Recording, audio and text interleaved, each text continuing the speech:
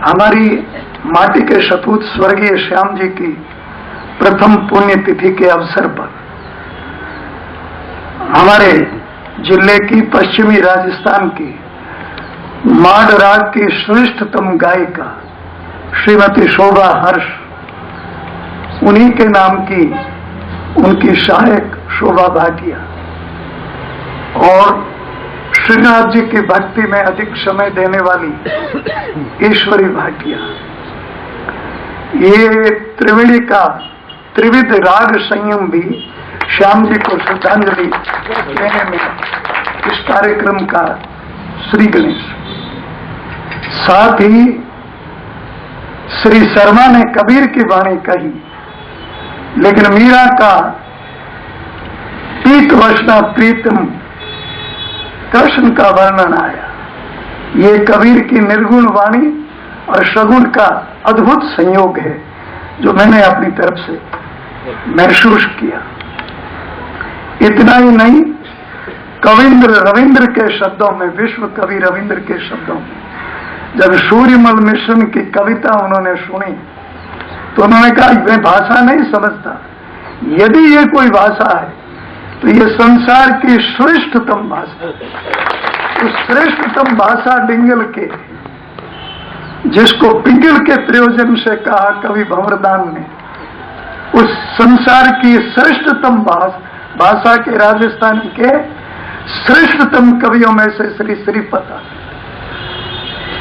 अच्छे आलोचक, अच्छे कवि, अच्छे लेखक, अच्छे चित्रकार, अच्छे प्रशासक, श्याम जी में हमने ये गुण देखे। मैं जब यहाँ आया तो मातृशक्ति में से 5 महिलाओं के नेत्रों से बारंबार अश्रुधारा प्रवाहित हो रही थी। या तो वे उनके परिवार से या अत्यधिक श्याम जी की व्यक्तित्व की छवि से प्रभावित थे। उनके इस वातावरण को देख करके क्षण भर के लिए मैं भी अश्रु प्रवाहित हुआ। श्याम जी के व्यक्तित्व की श्रेष्ठता की परिलक्षण इसी में है। जैसा कि अनुभव के तौर पर हमारे कवि संत ने कहा कि मैं 40 वर्षों में जो कुछ भी हूं मैं उस गुरुवर की वजह से, इसीलिए उन्होंने गुरु ब्रह्मा गुरु विष्णु कह करके किसके लागू पाए में सच्ची श्रद्धांजलि श्याम जी को अर्पित की। और यही भाव मांगेलाल जी सेवक का था कि जिस राजस्थानी और जैसलमेर की अपड़ायत में वो हमें डांट करके और फिर समझाते थे, यानी दुग्ध में उफान भी तैयार करते थे और श्रेष्ठ प्रशासक नहीं होते तो उफड़ा हुआ दूध बिखर जाता काम कर, उस उफान को शांत करते थे। मैं अभिनय से रूप में अर्ज कर दूं, प्रशासक की ये बहुत श्रेष्ठ दक्षता और योग्यता इसी में होती है, जिसे अंग्रेजी में कहते हैं कैरेटेनिस्टिक। एक चाबुक लगाओ तो प्रशासन का घोड़ा नीचे वाला आगे चलेगा, और अच्छा श्रेष्ठ कार्य करे तो उसको गाजर दो, कैरेट दो। तो इस तरह से दूध को उबाल करके और उफान को शांत करना ये श्रेष्ठ प्रशासक का गुण है। इसलिए मांगीलाल जी ने सही कहा कि इस प्रकार के प्रशासक के गुण में जो दुग्ध के गुण होते हैं, तत्व होते हैं, बिना उबले दूध पिया वैद्य और डॉक्टरों की भाषा में बैक्टीरियल होता है, और उबाल के बाद वो योग्य, तो उसको योग्य करके कार्य लेना और बिखरने नहीं देना, ये उनकी प्रशासनिक क्षमता का योग्य। श्याम जी की कविता में 3 कविताएं, मैंने तो उनकी 50 कविताएं सुनी। अनेक गोष्ठियों में जब से मैं 45 वर्ष से यहाँ आकर के वकालत के व्यवसाय में हूँ, वैसे श्याम जी का मेरा परिचय पिछले 55 वर्ष से था, और हमारी 2 पीढ़ियों से भी, राजवर्गीय पीढ़ियों से भी था। अजीत मल जी के परिवार का हमारा संपर्क, दीनदयाल जी के परिवार से संपर्क, ये लोग राजवर्गीय थे। जवाहर सिंह जी के वक्त से संपर्क था, कृष्ण भाष से था, सभी बंधुओं से। लेकिन श्याम जी की 3 कविताएं मुझ जैसे नवशिखिए को और साहित्य के क्षेत्र में अटपटे व्यक्ति को श्रेष्ठ लगी। वो एक तो राजस्थान की इतिहास के प्रति लक्षित करती है, राजस्थान की भाषा रजपूती। दूसरी, इस भाषा को अभी तक मान नहीं सकते।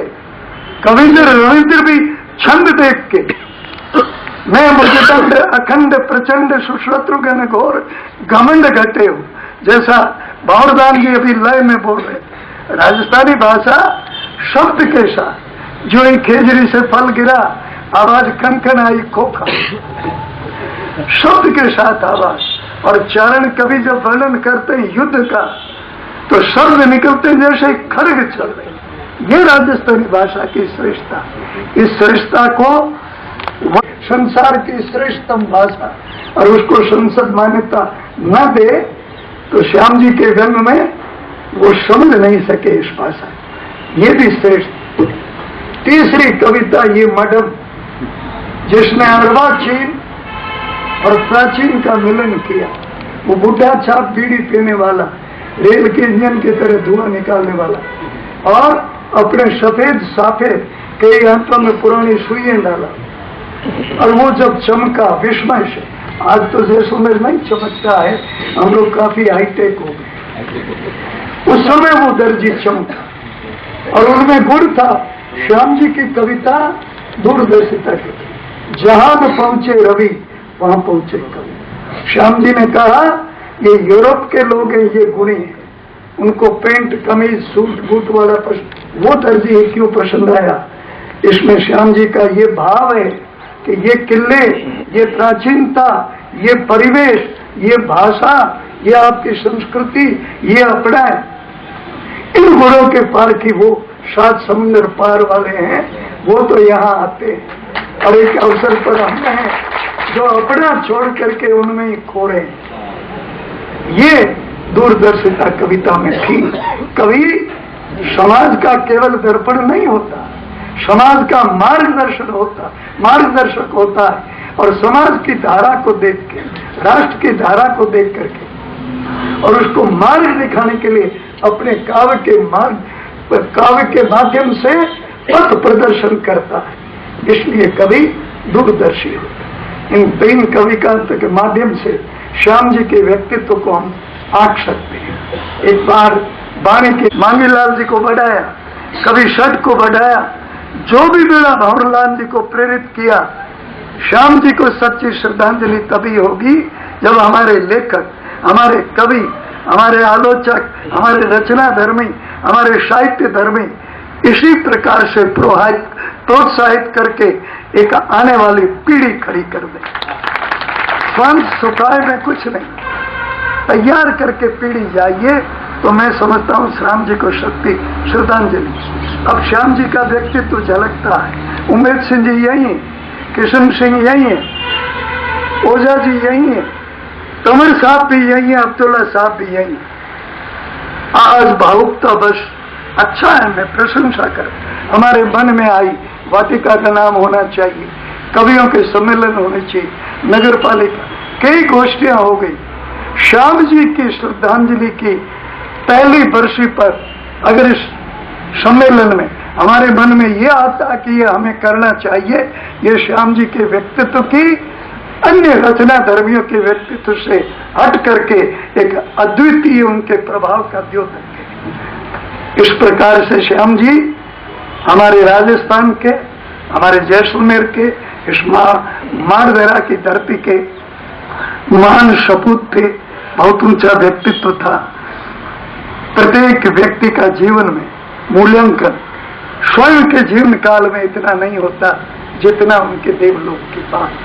वही मुंशी प्रेमचंद के बारे में आ रहे यूं है। फिर व्यंग में कहा, हमें ले जाके क्या करोगे, जमाना बच्चन जी का है, उनकी मधुशाला की कविता की धूम है, आपकी युवा पीढ़ी, हमें कौन पूछता। ये होता है जमाने के साथ, कवि के साथ अन्याय।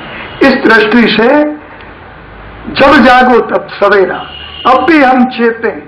और आज का हमारा वैराग्य शमशान की भूमि का वैराग्य नहीं होना चाहिए। जो कुछ भी हमने संकल्प लिया है उसको हम क्रियान्वित करके अगर अग्रिम वर्ष में करें तो यही श्याम जी को सच्ची श्रद्धांजलि होगी और यही हमारी अपने कर्तव्य के प्रति सच्ची निष्ठा होगी। भाई मुल्तान राम जी के शब्दों में अत्यधिक समय हो गया और वक्ता लोग श्रोताओं की भीड़ देख करके और बहुत कुछ बोलना चाहते हैं, ये अवसर उसका नहीं है। मैं अपनी अप्रासंगिक वाणी को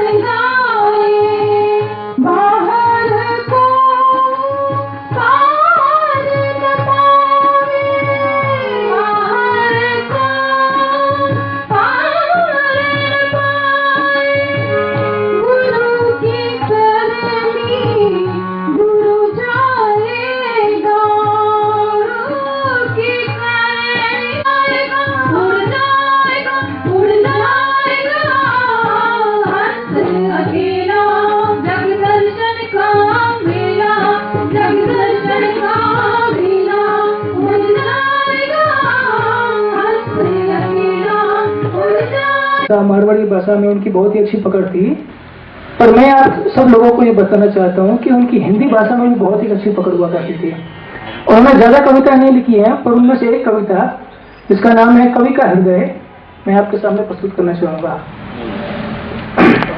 निडरता का अतुल आकर कल्पना साकार करता, सहज सात्विक बोल जिसके, पटुच तेरा भावना का वाणी से कवि की लेखनी की गोद पलते, वेद गीता मंत्र पावन कवि कलम मुख से निकलते, राग में जिसके सजन हुंकार में जिसके प्रलय है, वो किसी कवि का हृदय है, वो किसी कवि का हृदय है।